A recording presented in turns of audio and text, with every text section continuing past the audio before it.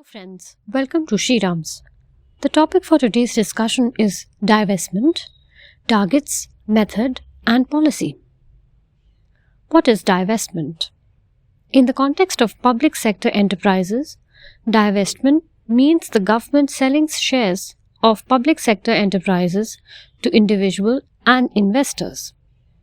Divestment and disinvestment are the same for all practical purposes when the government uses the term. Why does the government disinvest? There are many objectives. To make the companies become even more innovative, productive, and profitable according to the market demands. It also helps government to raise finances for budgetary commitments. What methods are there to divest? There are many methods.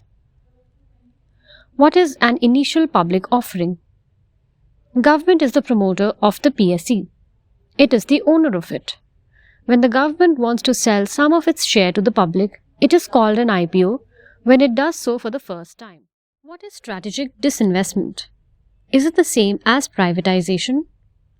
Bulk shares are sold to a single investor who also acquires the right to manage the company. Yes, it is privatization. What is offer for sale? In an offer for sale or OFS, promoters and large shareholders of a listed company dilute their stake by selling their shares on an exchange platform of BSE or NSE. All types of investors can bid for these shares. The OFS is resorted to after the IPO where necessary.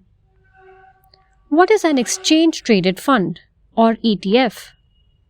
It is like a mutual fund. Government sells shares of a few PSEs in a bunch. They are bought by a financial firm with public money. The ETF is listed on the stock exchange and traded. Also explain buyback. A cash-rich company buys back its own shares from the shareholders, including the promoter. In the case of a PSE, the government is the promoter. What is cross-holding? Related PSEs buy shares of one another as they have common interests. For example, hydrocarbon or power companies. However, government has not been resorting to it in the recent years. Why is there a failure to achieve the targets? The target set for the current fiscal year is Rs 2.1 lakh crores, but only a fraction is realized. BPCL, LIC, Air India, and so on are still to go. There are many reasons. One is the pandemic and lack of demand.